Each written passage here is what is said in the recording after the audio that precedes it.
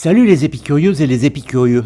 Aujourd'hui, je vous raconte l'histoire d'une catastrophe qui a littéralement rayé de la carte une ville de 20 000 habitants. Pompéi, au bord de la baie de Naples. Il y a presque 2000 ans, en quelques heures, les rues, les commerces et les maisons de cette cité romaine disparaissent, ensevelis sous une pluie de cendres et de roches incandescentes. Comment la tragédie de Pompéi s'est-elle réellement déroulée? D'où sortent ces corps pétrifiés, symbole de la violence de l'événement? C'est ce que nous allons découvrir aujourd'hui.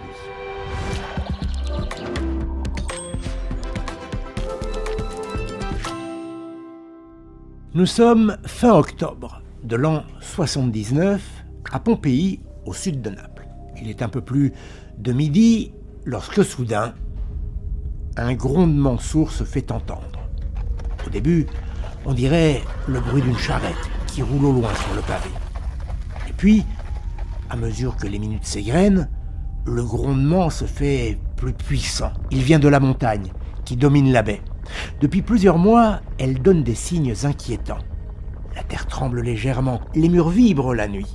Les habitants de Pompéi se rassurent comme ils peuvent. Ce n'est pas la première fois que ça arrive, ça va bien finir par se calmer. Mais pas cette fois. Ce 24 octobre 79, aux alentours de midi, une intense explosion retentit. Les habitants de Pompéi se retournent vers la montagne, et là, ils n'en croient pas leurs yeux. Le sommet vient d'être décapité. Une gigantesque colonne de fumée s'élève dans le ciel, à plus de 20 km d'altitude. Puis, elle s'étale et forme un épais nuage. Dans les minutes qui suivent, le ciel s'assombrit. Quelques cailloux roulent sur les toits et le pavé, puis une pluie de petites pierres s'abat sur la ville. Dans les rues, c'est la panique. On se bouscule pour se mettre à l'abri. Peine perdue.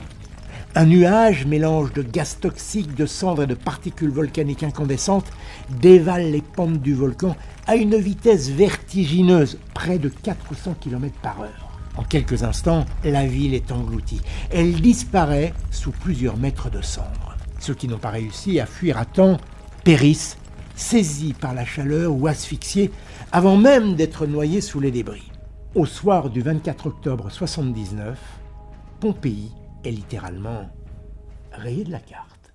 Que s'est-il réellement produit ce jour-là? Comment cette montagne, dont les habitants ignorent qu'il s'agit d'un volcan, a-t-elle pu déclencher un tel chaos? Pour le comprendre, il faut remonter bien avant la catastrophe, à la naissance même du Vésuve, ou plutôt Vésuvius, comme on l'appelle dans l'Antiquité. Son histoire commence dans les profondeurs de la Terre. Sous la baie de Naples, deux plaques tectoniques entrent